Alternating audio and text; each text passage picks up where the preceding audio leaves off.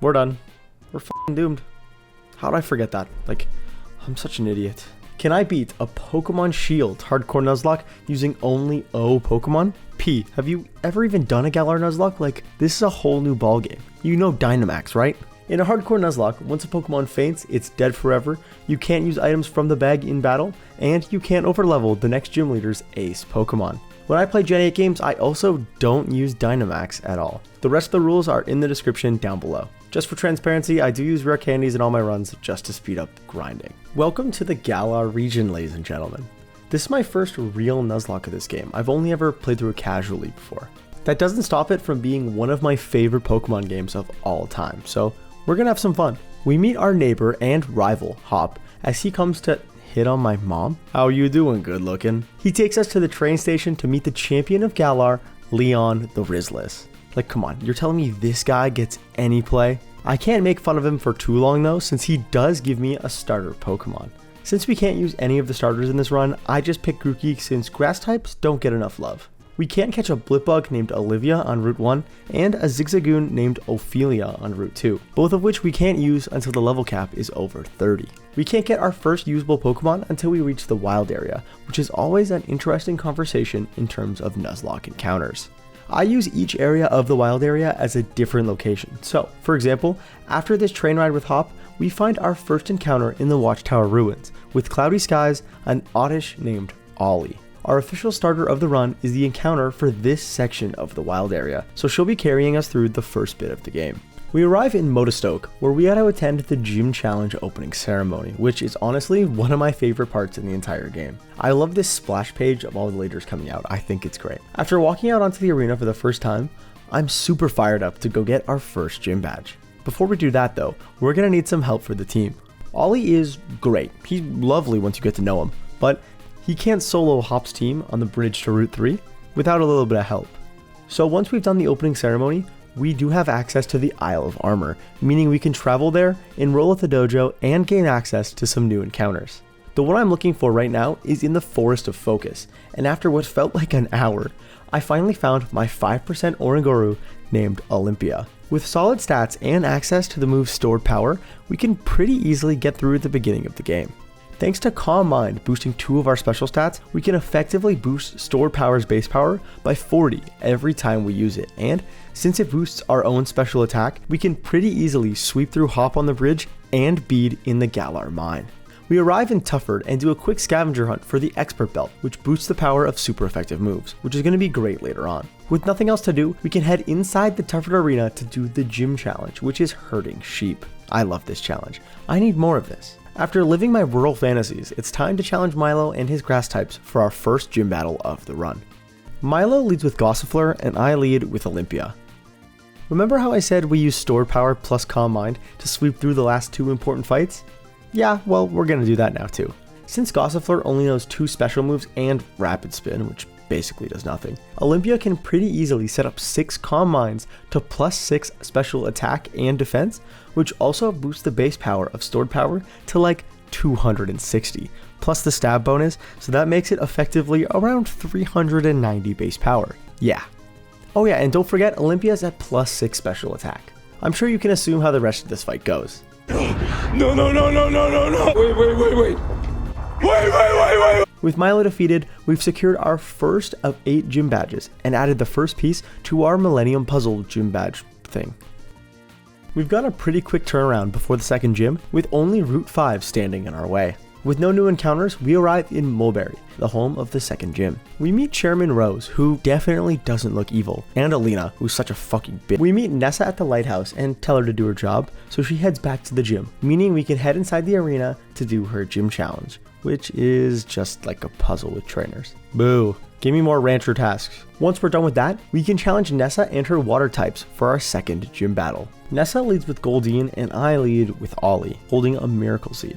A Horn Attack doesn't do too much, so Ollie can pretty safely set up 3 growths to +3 special attack. With that huge power boost, we can pretty easily take down Goldeen and Nessa's second Pokemon, Arrokuda, with super effective Giga Drains. That also gives Ollie a ton of recovery, meaning he's full HP when Nessa's last Pokemon, her ace Dreadnought, comes in last. Nessa immediately Dynamaxes, bringing Gigantamax Dreadnought onto the field, but it's a little too late for her. A Max Darkness brings Ollie into the yellow, but at +3 special attack, a 4x super effective Giga Drain can take down Dreadnought in one shot, even with a double Dynamax HP. With her ace defeated, we've officially taken down Nessa and won our second gym badge of the run. We have another pretty quick turnaround before our third gym battle, but we've got to meet Chairman Rose at the restaurant. You look great tonight, man. Dude, I'm like 13. Hop tells us to go through Galar Mine number 2, which is boring, but whatever. We beat up Beat again, which feels kind of good, and we find gym leader Kabu, who we're gonna have to send back to the gym.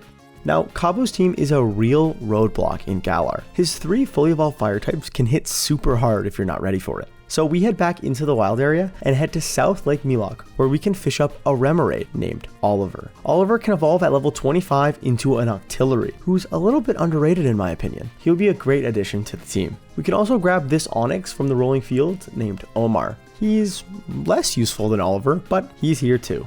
The last thing we need is a little bit of a power boost in our moveset. I head back to the Isle of Armor, where we can grab the TR for Liquidation behind the Tower of Waters, which I teach to Oliver. With our team fully prepared, we head inside the arena for our third gym challenge, which is a catching contest. Okay, I'm digging it.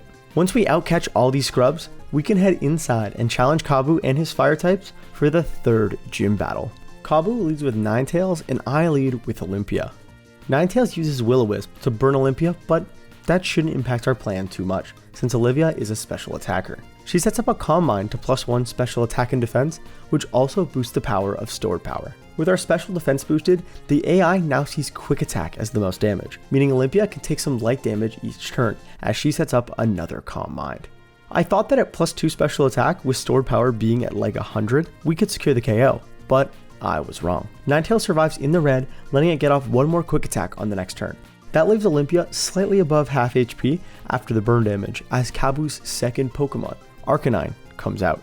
I actually protect on the first turn, which might look stupid. I actually want the burn damage, since one more turn knocks Olympia below half, activating her held Citrus Berry. This recovery actually puts Olympia outside of crit range of super effective Bite.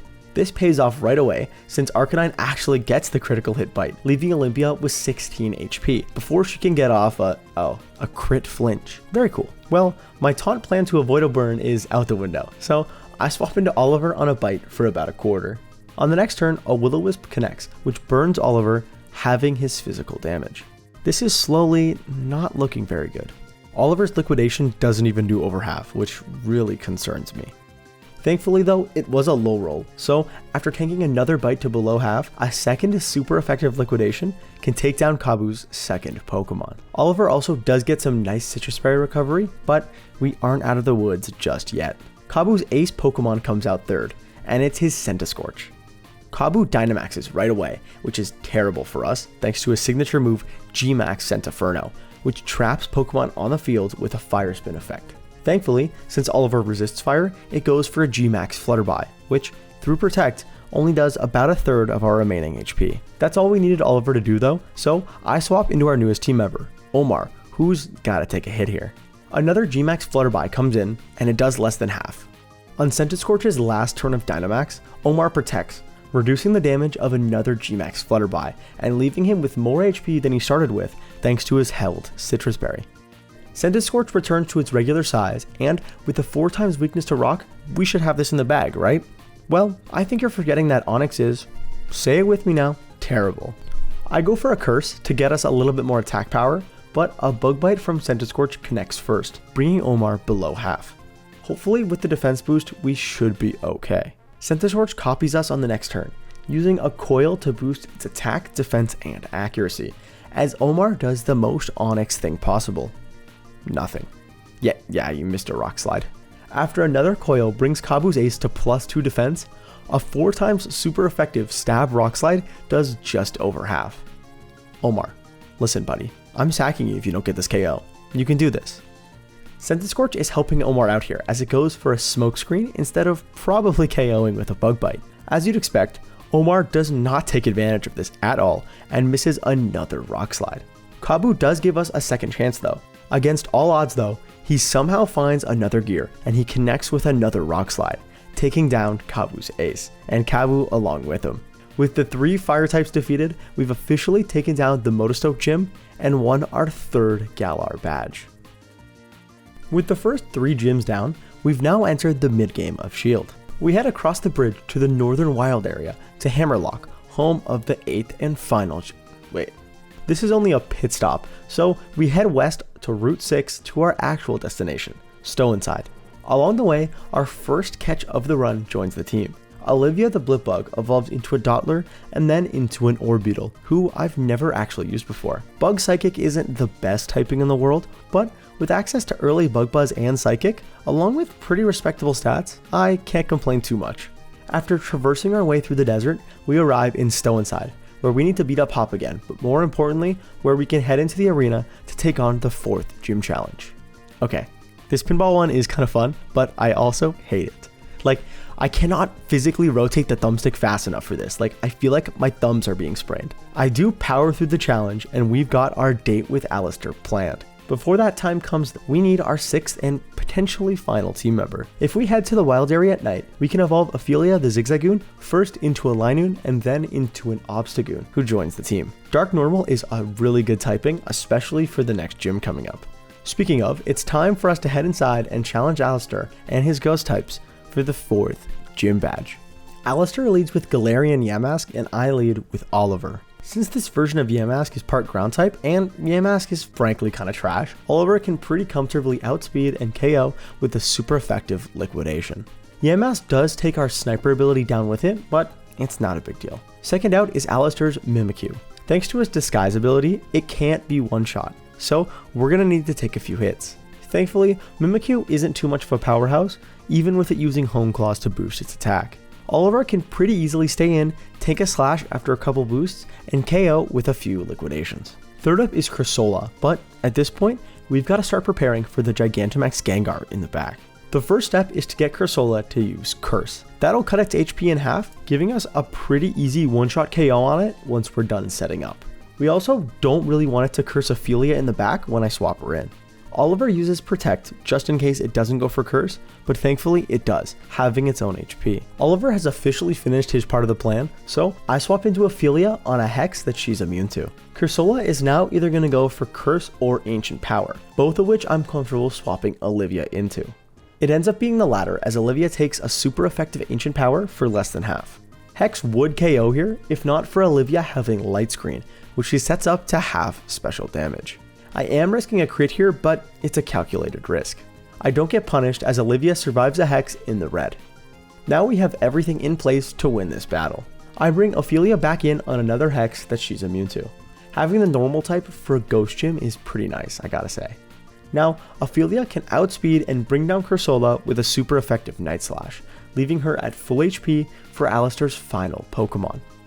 Gengar comes out last, and I'm gonna need a bit of luck here. Alistair Dynamaxes, which is always terrifying.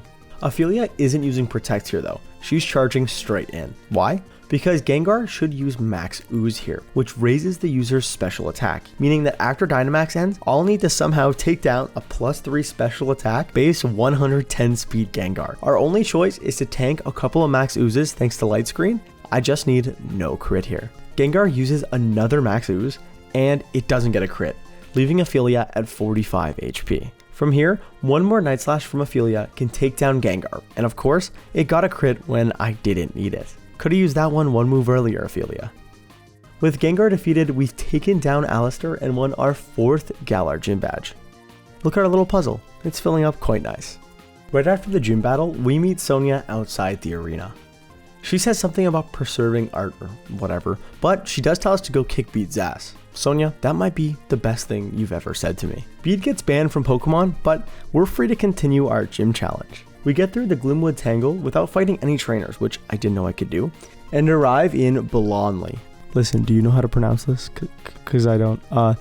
Dawson, I see you looking it up right now. Tell me in the comments right now how to pronounce this. In all honesty, I actually love the design of this city. I wish there was just like a little bit more to do. With the level caps being so close, we gotta head straight into the gym and attempt our 5th gym challenge. Okay, this one's lame.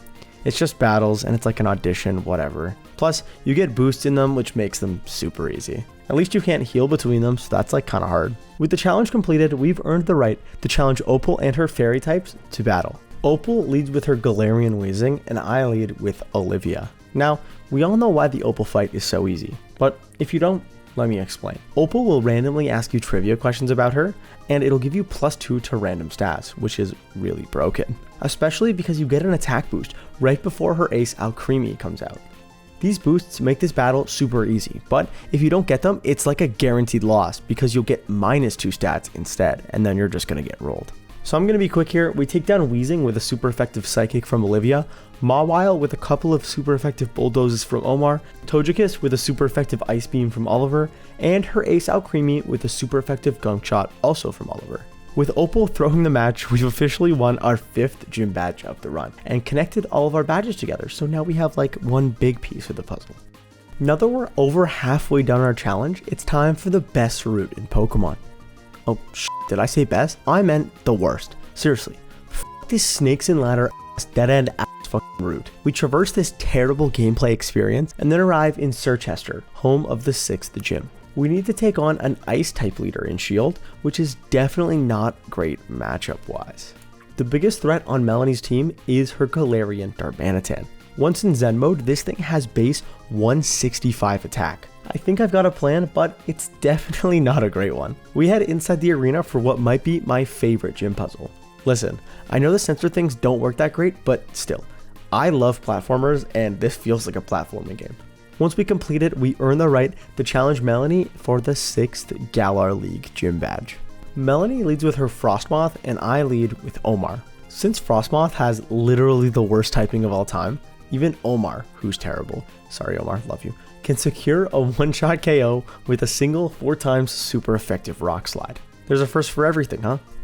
Second up for Melanie is her Galarian Darmanitan, which I'm terrified of. I decide to swap into Ophelia, who gets taunted right away. That kinda ruins the backup plan that I had, which was to use Obstruct to lower its defense and then get the KO that way. A super effective Expert Belt boosted cross chop can't get the KO, as an Icicle Crash from Darmanitan does over a third. To make matters even worse, Darmanitan shifts into its Zen form, giving itself massive attack and speed, like I mentioned earlier. I might need Ophelia later if things don't go as planned, so I swap into Oliver on a resisted Icicle Crash that still does almost half. We risk a crit here, but Darmanitan just uses Taunt, giving Oliver a totally safe turn to use Liquidation to finish off the last of Darmanitan's HP. Our first hurdle might be cleared, but we aren't out of the woods yet. Third up is Ice-Q, who's got a unique ability, Ice Face, which protects itself from being one-shot by a physical move, while also boosting its defense stats. A Liquidation breaks Ice Face as Ice-Q uses a Freeze Dry, which hits water types super effectively, bringing Oliver to 25 HP before his Citrus Berry. I forgot what that move did. I swap into Olivia on another Freeze Dry for some light damage. Her only job recently has been to set up screens, and that's not changing just yet. She tries to use a Psychic, but after an Amnesia from Ice-Q boosts its special defense to +2, it doesn't really do anything. Ice-Q sets up the Hail, bringing its Ice Face back and boosting its defense stats, making Olivia kinda useless. She's back on light screen duty. Very sad. After light screen goes up, I bring in Olympia on an Icy Wind for some super light damage, but it does lower her speed. Olympia does what she does best, that being abuse stored power. She sets up 3 Nasty Plots to +6 special attack and takes down Ice-Q with just over half HP remaining. Her HP is at a pretty good spot though for the 4th and final threat on Melanie's team. She brings in her ace, Lapras, last. She immediately Dynamaxes it into Gigantamax Lapras, leaving us only one chance to take it down. Lapras uses a Max Geyser, and it doesn't crit, leaving Olivia at 23 HP. From there, a +6 140 base power stored power can secure the what? How? Well, this isn't looking great. Something's gotta come in and take a hit now. And if there's one thing we don't have on this team, it's bulk. My best choice is Olivia, who's got decent special defense, but a crit is gonna still cause our first death of the run. I bring in Olivia and cross my fingers on the 2nd turn in a row. Lapras uses its signature move, G-Max Resonance, as Olivia holds strong with 19 HP before her Citrus Berry. That was stressful. From here, Olivia can protect for a turn to end Lapras's Dynamax turns and finish it off with a Bug Buzz on the next. With that, we've taken down Melanie and won our 6th Galar League badge, but just by the skin of our teeth. Right after the gym, we meet Sonia again and she takes us to another restaurant. Why do I feel like this game is just recycling plot points? Anyways, after beating up Hop, it's time for a bike upgrade. Yay! In all seriousness, I do like not using HMs, so beggars can't be choosers. We surf or bike across the water of Route 9 and wind up on the doorstep of Spikemuth, home of the 7th gym, whose leader is conveniently Marnie's brother. She gets us in through the back like a celebrity, and we can officially arrive in Spikemuth. Now, the whole town is kind of the arena, but this gym challenge gets a 0 out of 10. It's just easy battles. Once we beat up Team Yell again, we've earned the right to challenge Pierce and his dark types for the 7th Galarian gym badge. Plus, he doesn't use Dynamax either, so we've got a fair fight. Pierce leads with Scrafty and I lead with Ollie, who's getting some gym battle action for the first time in a while. Scrafty uses a fake out on the first turn for some free damage, but on the next turn, Ollie can take a payback for about a third and then connect with a 4x super effective Moonblast for the easy one-shot KO. Second out for Pierce is Malamar, who's got one of my favorite abilities in Pokemon, Contrary. It reverses all stat changes to the user. I don't feel like losing Ollie today, so I swap into Ophelia for free on a Psycho Cut that she's immune to. Since Malamar only has resisted dark moves for Ophelia, she can slowly grind away at Malamar's HP with Night Slashes and Cross Chops, until eventually it goes down, with Ophelia still at over half HP. Third up is Pierce's ace, Obstagoon. This mirror matchup is actually pretty in our favor. Since I know the AI wants to use 4x super effective counter, I can use the special attack Snarl to keep lowering its HP until it's in cross chop range, all while keeping Ophelia totally safe. It works once, but I get Pierce got bored of waiting, so he uses Throat Chop, which prevents the use of sound-based moves. My original plan might not work, but the move does make contact, so I shift to another plan. I use Obstruct to protect Ophelia from damage, as Pierce's Obstagoon tries another Throat Chop. Since it made contact, that drops its defense by 2 stages, which is enough to make Cross Chop a guaranteed kill on the next turn. Last up for Pierce is his Skunk Tank. This thing isn't too much of a threat, so I swap into Omar for some damage and then into Oliver when Omar gets into crit range. After a couple turns, Commander Jupiter's, Pierce's last Pokemon goes down. That wins us our 7th Galar League badge, leaving only one space to fill in our puzzle.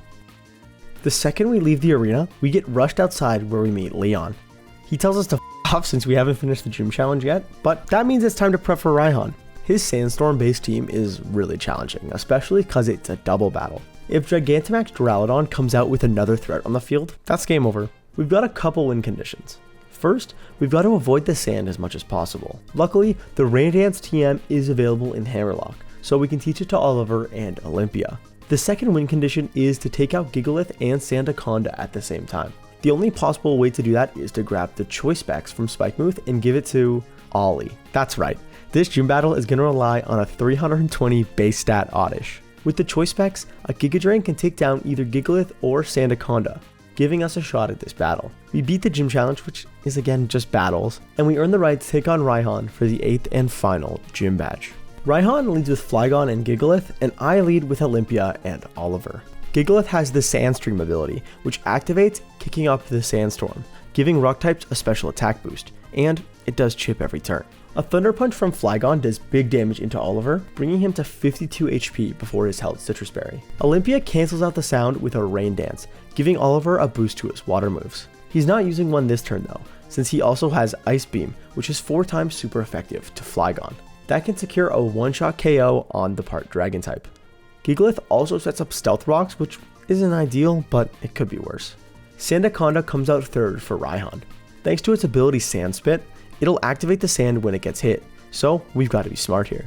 I swap Olympia into Ollie, setting up the potential double KO, as Oliver protects, saving his HP. Sandaconda used an Earth Power into Olympia's spot, bringing Ollie to 52 HP. Thankfully, Gigalith used a Body Press into Oliver, sparing Ollie's life. On the next turn, Sandaconda used Glare into Oliver, which kinda ruins our setup. Now that Oliver is paralyzed, Ollie goes first and KOs Sandaconda with a Giga Drain, activating the sand thanks to Sand Spit.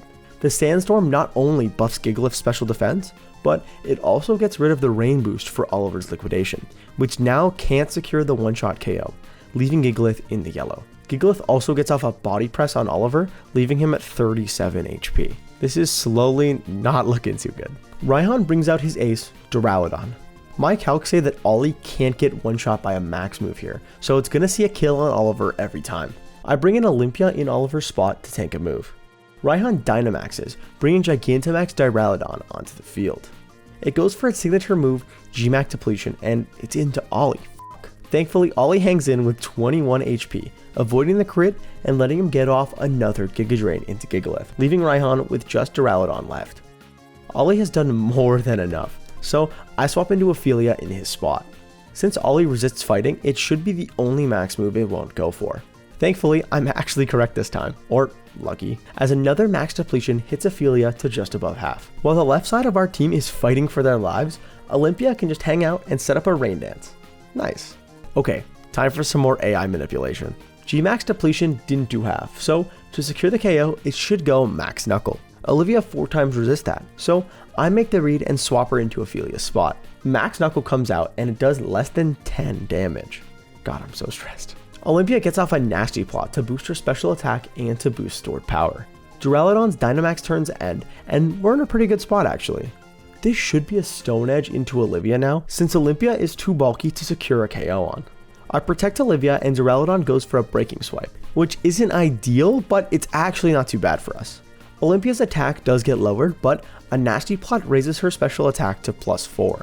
I'm not risking Olivia here, so I bring in Omar into her place. I'm proven right as Duraludon goes for a Stone Edge this time, but it misses. At +4 special attack, Olympia can use a stored power that has a 43% chance to KO. Olympia has been biding her time on the right side, and she makes the most of it as she gets the roll, securing the KO. We've successfully read the AI and won our 8th and final Galar League gym badge. Our puzzle is complete, and it's time for the Champion Cup tournament.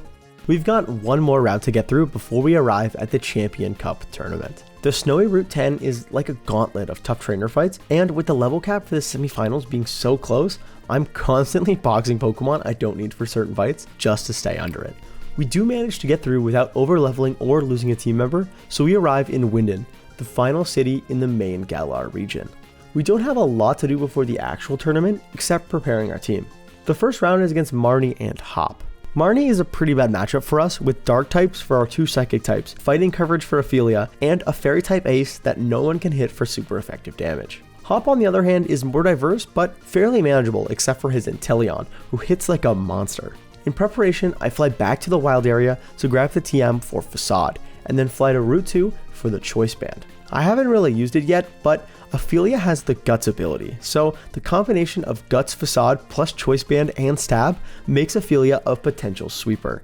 We're gonna need to abuse this for the upcoming fights. I'm not gonna do full narrations for these battles because they're not super difficult here. Marnie's first. Her team can be kinda checked by one Pokemon individually, with Flypard not being really able to hit Ophelia, Scrafty being taken down by Ollie, Toxicroak going down to a Psychic from Olympia, and Morpeko going down to Olivia. That only leaves her Gigantamax Grimmsnarl. It has Dark, Fairy, and Fighting max moves, so we've got to pivot around a little bit. Olivia can protect on the first Gmax snooze, and then swap into Omar on the next one for about a third, and then protect on the incoming Max Knuckle that was actually Max Starfall for some reason, leaving Omar above half. With no Dynamax turns left, this becomes a lot easier. Darkest Lariat should do the most to Omar, so I can pretty safely bring in Ophelia, who takes super light damage. We can take one Spirit Break safely, but Grimmsnarl just uses Bulk Up, leaving itself wide open for the Choice Band boosted Gut. Do I need a name for these? Tell me what I should call this strat in the comments, guys. For now, I'm gonna call this the I'm trash at planning KO. That's round 1 of the semis down, and next up is Hop. Like I said earlier, Hop isn't too bad till the end. Double makes contact with all its moves, so I just need to bait it into using one and then use Obstruct to lower its defenses. That secures a KO with Cross Chop. Snorlax is even easier since it literally only has physical attacking moves and no setup ones, so that means we can do the exact same thing. Pinurchin can't do too much to Olivia, so 2 Psychics get that KO, and Corviknight is a little bulky for my team to deal with, but with Reflect and Leftovers, Olympia can slowly chip it down, while also wasting Hop's full restore.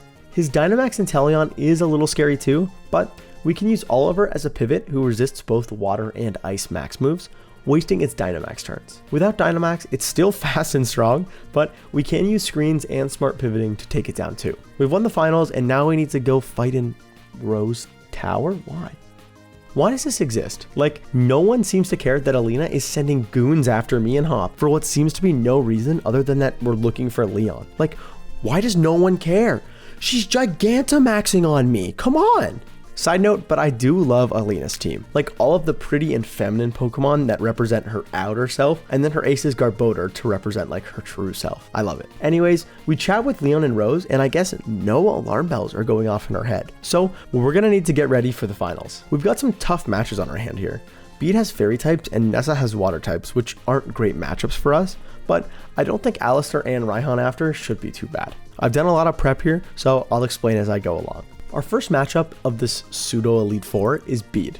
He leads with Mawile and I lead with Ophelia. It's time for some I'm trash at planning KOs. Mawile is the only thing preventing a full sweep thanks to its steel typing, which resists normal and doesn't let Facade get a one-shot KO. Because of this, Ophelia has Fire Punch, which you can buy in Winden, and she can secure the one-shot that way. Second up is Gardevoir. Now, I need Ophelia to use Facade now, so I gotta make some pivots. I want to bait a Psychic move here so I can get Ophelia back in for free, so Ollie is the perfect man for that job. His Poison typing resists Fairy, meaning it should always go for Psychic. It does set up a Calm Mind instead of a Fairy type on the switch in, but we're still in good shape. I bring Ophelia in on another Calm Mind, but that doesn't matter since Facade is a physical move. Ophelia can pretty comfortably outspeed and bring down Bede's second Pokemon of the match.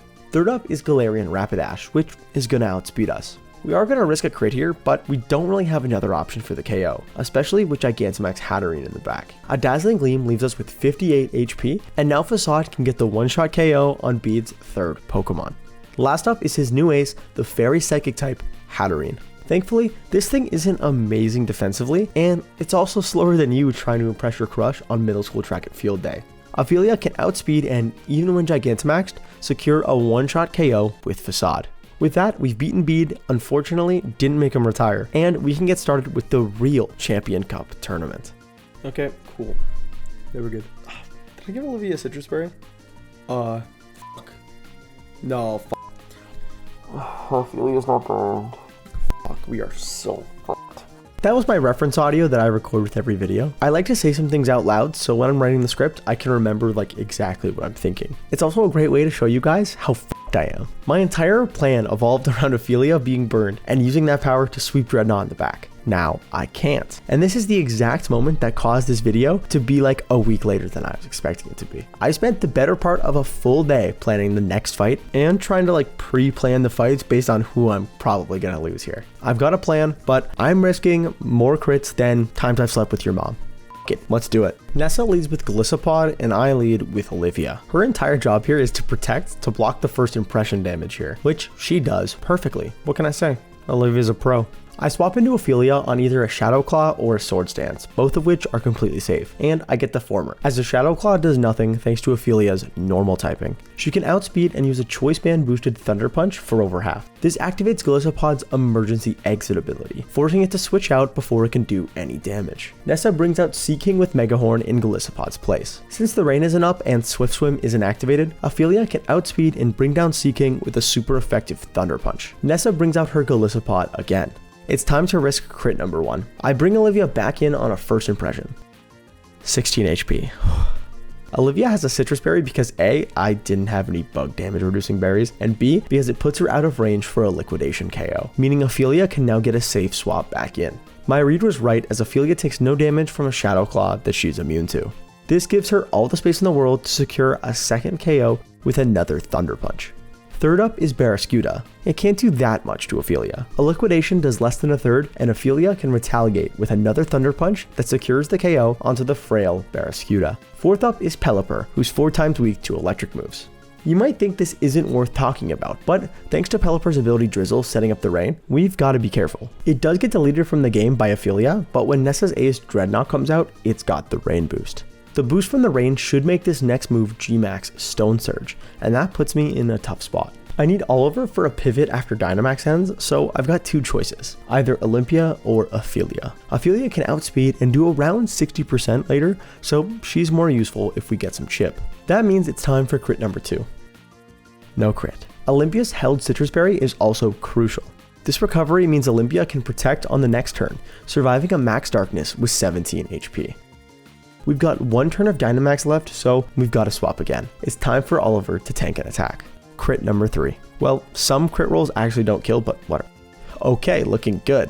Another Citrus Berry brings Oliver back over half as Dreadnaught's Dynamax ends. Now the last phase of our plan activates. I need Dreadnought to not use Liquidation, but the rain isn't helping me out here. To do that, I need a pivot. I swap Oliver into Ollie on a Liquidation that even through a resistance, still barely is out of crit range. The rain does stop though, so now it's time for the plan to activate. This was more of a backup plan in case of a crit originally, but now it needs to work. I swap into Omar on a crunch for about a third. I grab the Pasho Berry from the wild area to reduce super effective water type damage, and since Omar can learn Sunny Day, we can further reduce that damage. Omar can outspeed and set up the Sun, which lets him survive a 4 times super effective Liquidation in the yellow. Why the Sun P? Great question. Sun has a lot of cool effects, and a lot of cool abilities that activate because of it. Ollie has one of those abilities. Chlorophyll doubles the user's speed stat in the Sun. It just so happens that Ollie can just barely outspeed Dreadnought with double speed. So now it's time to risk the last crit of the game, as Dreadnought uses a Liquidation. And Ollie survives on 12 HP. This is the little oddish that could. From here, Ollie can outspeed and one-shot Dreadnought with a 4 times super effective Giga Drain. With that, we've taken down the first of 3 semi-final battles, and if that's the first one, I don't know how we're going to make it through the rest. Okay, we're going to make it through the next one. Since this is Shield, we have to fight Alistair again. With Ophelia dealing super effective damage and having an immunity versus being 4 times weak to fighting in Shield, we're in a great spot. Ophelia starts the match burned, and it's time for the rumbling.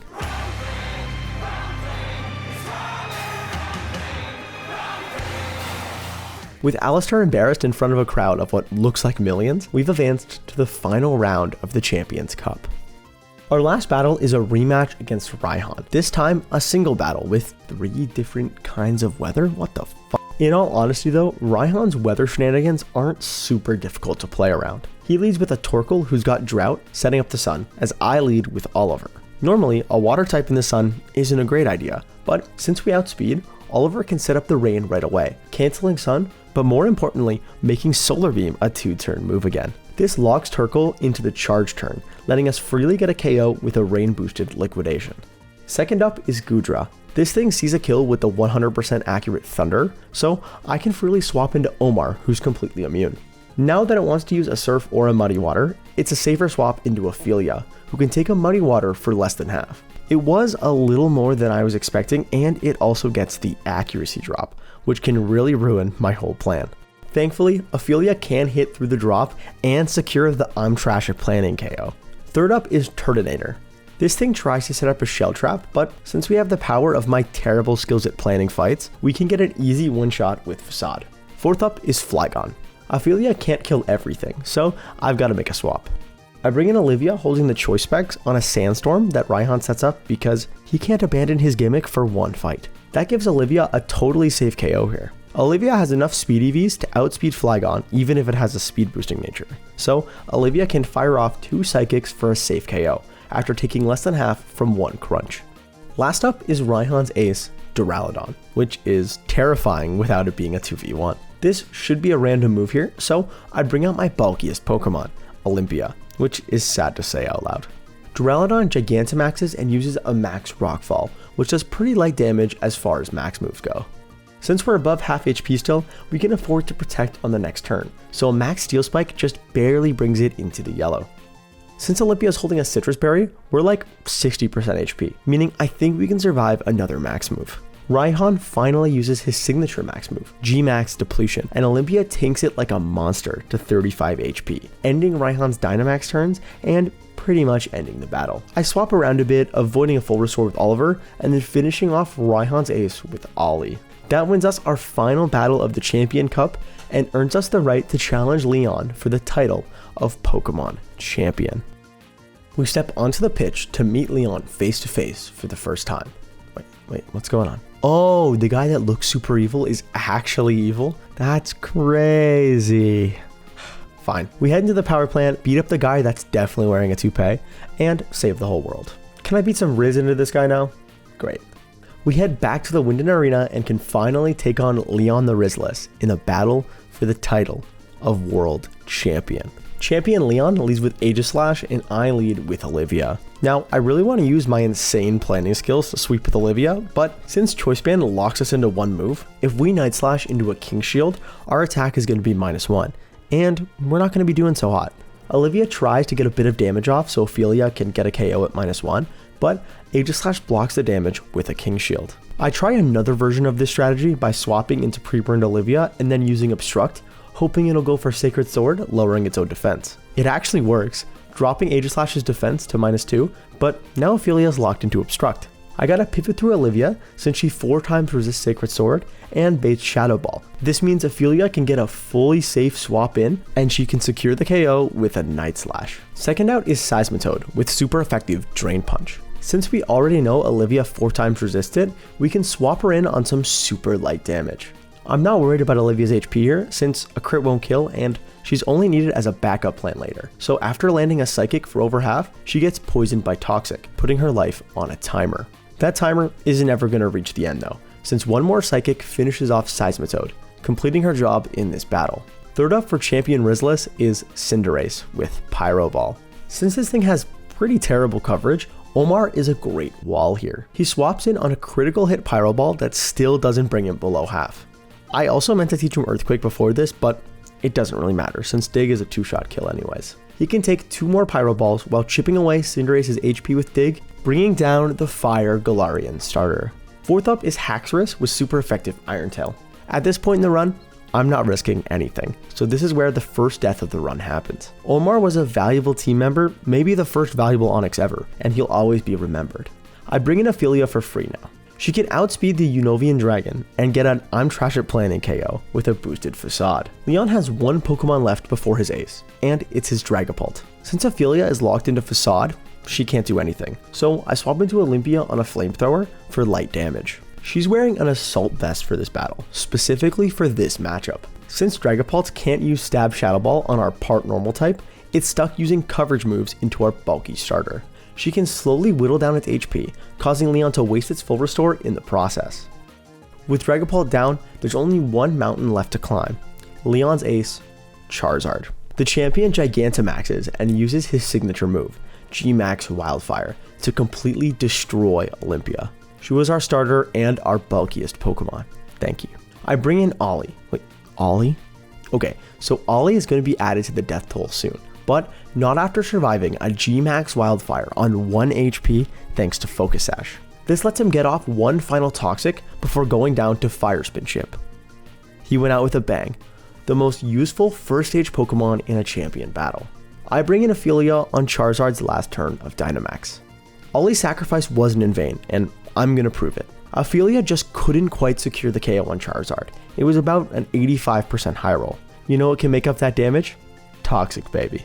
Ophelia tanks a max Overgrowth to 51 HP, just outside of crit range, before a Facade just misses the KO on Charizard, leaving it at what's gotta be 5 HP. Ollie comes in clutch one last time, finishing off Charizard from beyond the grave with poison damage. What a hero. With Charizard beaten, Leon looks at the crowd and announces that we are officially the champion of the Galar region, and that we've officially beaten a Pokemon Shield Hardcore Nuzlocke using only Pokemon whose names start with the letter O. Holy shit, guys, this one was crazy. The first draft of the script is like 8,800 words, and I'm still typing this outro. The run made me get really invested in doing calcs and planning around what seemed to be impossible fights with fun strats and new ideas. I had so much fun. I promise I'll stop trying to use Facade and Guts strategies. They always just seem to fall in my lap. I can't help it. If you guys like this one, please consider liking or subscribing or even donating to my GoFundMe to cover my legal fees. I can't believe Flygon HG said that I was a stranger who had broken into his home after I'd already watched all his videos. We're basically brothers. If you guys have any ideas for a run, leave them in the comments down below. This video is already long enough, guys, so with that being said, I've been PomminPs, or P for short, and I'll see you next time.